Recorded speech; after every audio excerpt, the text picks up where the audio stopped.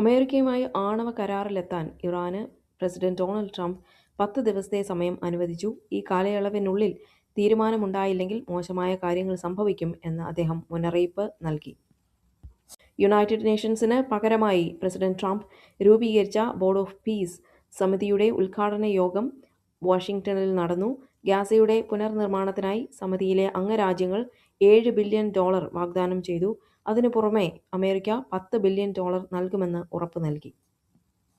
സുഡാനിലെ rapid support force El Fasher region പിടിച്ചെടുക്കുന്നതിനിടയിൽ നടത്തിയ ക്രൂരതകൾ വംശഹത്യയുടെ ലക്ഷണങ്ങൾ പ്രകടമാക്കുന്നുവെന്ന് ഐക്യരാഷ്ട്രസഭയുടെ അന്വേഷണ സമിതി റിപ്പോർട്ട് ചെയ്തു. അന്താരാഷ്ട്ര ഉപരോധങ്ങൾ നിലനിൽക്കുമ്പോഴും പ്രധാന സാമ്പത്തിക ലക്ഷ്യങ്ങൾ കൈവരിച്ചുവെന്ന് അവകാശപ്പെട്ടുകൊണ്ട് 5 വർഷത്തിലൊരിക്കൽ മാത്രം നടക്കുന്ന അപൂർവ ചടങ്ങായ 9ാം പാർട്ടി കോൺഗ്രസിന് കിം ജോങ് ഉൻ തുടക്കം കുറിച്ചു.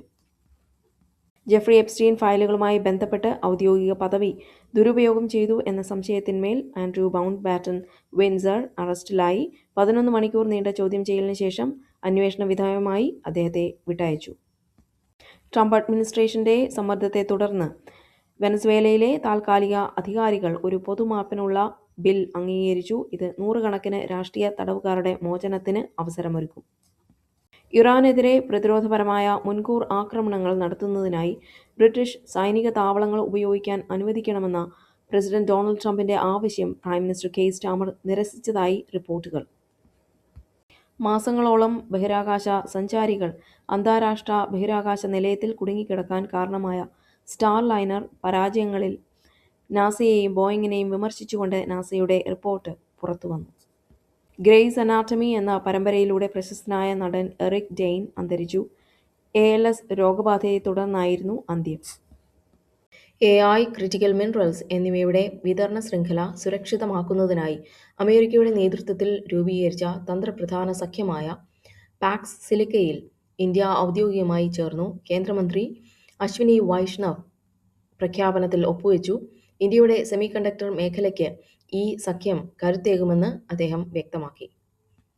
22 സംസ്ഥാനങ്ങളിലും കേന്ദ്രഭരണ പ്രദേശങ്ങളിലുമായി വോട്ടർ പട്ടികയുടെ അടുത്ത ഘട്ട പ്രത്യേക തീവ്ര പരിഷ്കരണ നടപടികൾ 2026 ഏപ്രിലിൽ ആരംഭിക്കുമെന്ന് ഇന്ത്യൻ തെരഞ്ഞെടുപ്പ് കമ്മീഷൻ അറിയിച്ചു.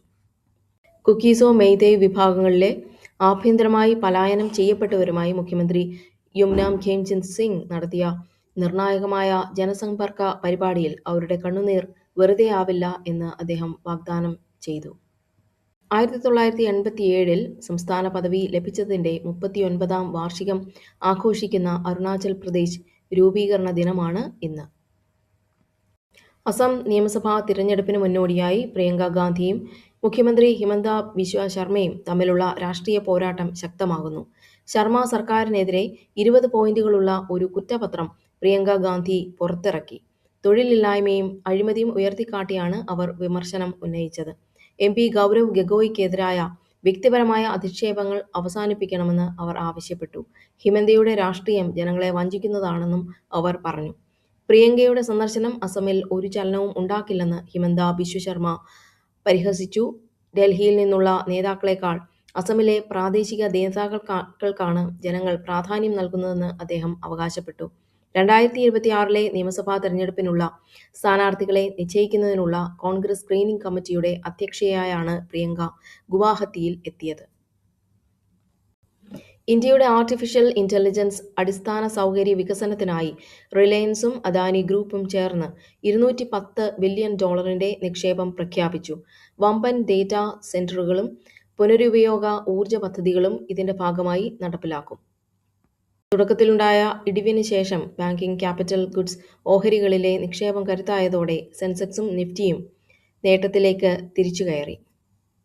ദുബായ് പോലുള്ള അന്താരാഷ്ട്ര വിപണികളെ അപേക്ഷിച്ച് ഇന്ത്യയിലെ സ്വർണ്ണവില ഇന്നും ഉയർന്ന നിലയിൽ തുടരുന്നു. 24 ക്യാരറ്റ് സ്വർണ്ണത്തിന് ഗ്രാമിന് ഏകദേശം 15,617 രൂപയാണ് ഇന്നത്തെ നിരക്ക്.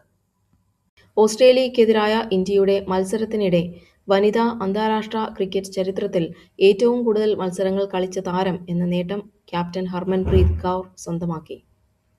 വയനാട് ഉരുൾപൊട്ടലിൽ അതിജീവിച്ചവർക്കായി നിർമ്മിച്ച പുതിയ ടൗൺഷിപ്പിന്റെ ഉദ്ഘാടനം ഇന്ന് നടക്കും. ആദ്യഘട്ടത്തിൽ 178 കുടുംബങ്ങൾക്കാണ് പുതിയ വീടുകൾ നൽകുന്നത്.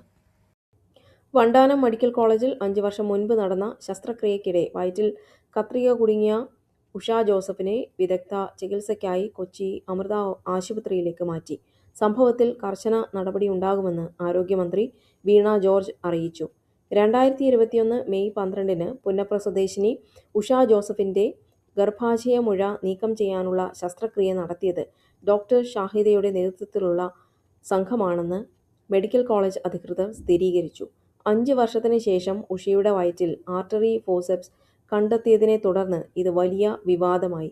അന്നത്തെ ശസ്ത്രക്രിയയ്ക്ക് നേതൃത്വം നൽകിയത് ഡോക്ടർ ലളിതാംബികയുടെ യൂണിറ്റിലെ അസിസ്റ്റന്റ് പ്രൊഫസറായിരുന്ന ഡോക്ടർ ഷാഹിദയാണെന്ന് ആലപ്പുഴ മെഡിക്കൽ കോളേജ് പ്രിൻസിപ്പൽ അറിയിച്ചു. അന്ന് ശസ്ത്രക്രിയ നടത്തിയത് താനാണോ എന്ന് ഓർമ്മയില്ലെന്നും എന്നാൽ കേസ് ഷീറ്റിൽ തന്റെ പേരുണ്ടെങ്കിൽ ശസ്ത്രക്രിയ നടത്തിയത് താൻ തന്നെയാകുമെന്നും ഡോക്ടർ ഷാഹിദ മാധ്യമങ്ങളോട് പറഞ്ഞു. കോവിഡ് കാലത്തെ അമിത ജോലിഭാരവും ശസ്ത്രക്രിയ തിയേറ്ററുകളിലെ നഴ്സുമാരുടെ കുറവുമാണ് ഇത്തരം വീഴ്ചകളിലേക്ക് നയിക്കുന്നത് എന്ന് അവർ ചൂണ്ടിക്കാട്ടി. ഒരു ശസ്ത്രക്രിയയ്ക്ക് ശേഷം മുറിവ് തുന്നിക്കുട്ടുന്നതിന് മുൻപ് ഉപകരണങ്ങളെല്ലാം എണ്ണിത്തിട്ടപ്പെടുത്താറുണ്ടെന്നും എന്നാൽ അന്നത്തെ പ്രത്യേക സാഹചര്യത്തിൽ എവിടെയാണ് പിഴവ് സംഭവിച്ചതെന്ന് വ്യക്തമല്ലെന്നും അവർ കൂട്ടിച്ചേർത്തു. സംസ്ഥാന സർക്കാർ ജീവനക്കാരുടെയും പെൻഷൻകാരുടെയും ക്ഷാമബത്ത 25% നിന്ന് 35% വർദ്ധിപ്പിച്ചു. കുടിശ്ശിക ഏപ്രിലിൽ ലഭിക്കും. കേരളത്തിലെ വോട്ടർ പട്ടികയുടെ പ്രത്യേക തീവ്ര പരിഷ്കരണ നടപടികൾ പൂർത്തിയായി. പുതിയ പട്ടിക പ്രകാരം സംസ്ഥാനത്ത് 2.69 കോടി വോട്ടർമാരുണ്ട്. ഇതിൽ 1.38 കോടി സ്ത്രീകളും 1.31 കോടി പുരുഷന്മാരും 277 ട്രാൻസ്ജെൻഡർമാരും ഉൾപ്പെടുന്നു. വി. ആർ. സുധീഷ് നൽകിയ അപകീർത്തി കേസിൽ എം.എ. ഷഹനാസിനെതിരെ കോഴിക്കോട് ജുഡീഷ്യൽ ഫസ്റ്റ് ക്ലാസ് കോടതി ജാമ്യമില്ലാ വാറന്റ് പുറപ്പെടുവിച്ചു. വാറന്റ് നിലനിൽക്കെ പ്രതിയെ അറസ്റ്റ് ചെയ്യാത്തതിൽ വീഴ്ച വരുത്തിയ ബേപ്പൂർ എസ്.എച്ച്.ഒയ്ക്ക് കോടതി മെമ്മോ അയച്ചു. സമൻസ് ലഭിച്ചിട്ടും ഷഹനാസ് കോടതിയിൽ ഹാജരാകാത്തതിനെ തുടർന്നാണ് കോടതി കർശന നടപടി സ്വീകരിച്ചത്. ഇതിനിടെ എം.എ. ഷഹനാസിനെതിരെ പണം വെളുപ്പിക്കൽ ഉൾപ്പെടെയുള്ള പരാതികളിൽ പോലീസ് അന്വേഷണം ആരംഭിച്ചിട്ടുണ്ട്. 2022 ജൂണിൽ വി. ആർ. സുധീഷ് തന്നെ ഫോണിലൂടെ അപമാനിച്ചുവെന്നും ലൈംഗികമായി അധിക്ഷേപിച്ചുവെന്നും കാട്ടി ഷഹനാസ് പരാതി നൽകിയിരുന്നു. ഇതിന്റെ അടിസ്ഥാനത്തിൽ സുധീഷിനെ പോലീസ് അറസ്റ്റ് ചെയ്യുകയും പിന്നീട് ജാമ്യത്തിൽ വിടുകയും ചെയ്തു.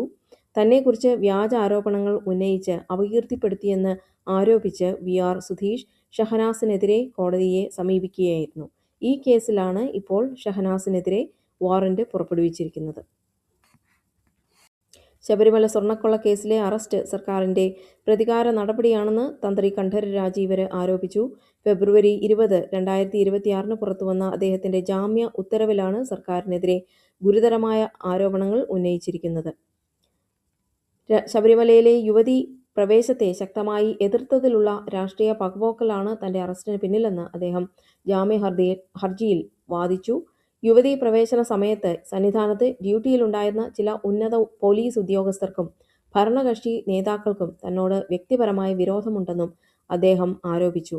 സ്വർണ്ണക്കൊള്ള കേസിൽ തന്നെ മനഃപൂർവ്വം കുടുക്കിയതാണെന്നും ആചാരപരമായ കാര്യങ്ങളിൽ മാത്രം അധികാരമുള്ള തന്നെ ഭരണപരമായ കാര്യങ്ങളിൽ പങ്കാളിയാക്കാൻ ശ്രമിച്ചുവെന്നും രാജീവർ കോടതിയെ അറിയിച്ചു. കൊല്ലം വിജിലൻസ് കോടതി ഫെബ്രുവരി 18-ന് അദ്ദേഹത്തിന് ജാമ്യം അനുവദിച്ചു.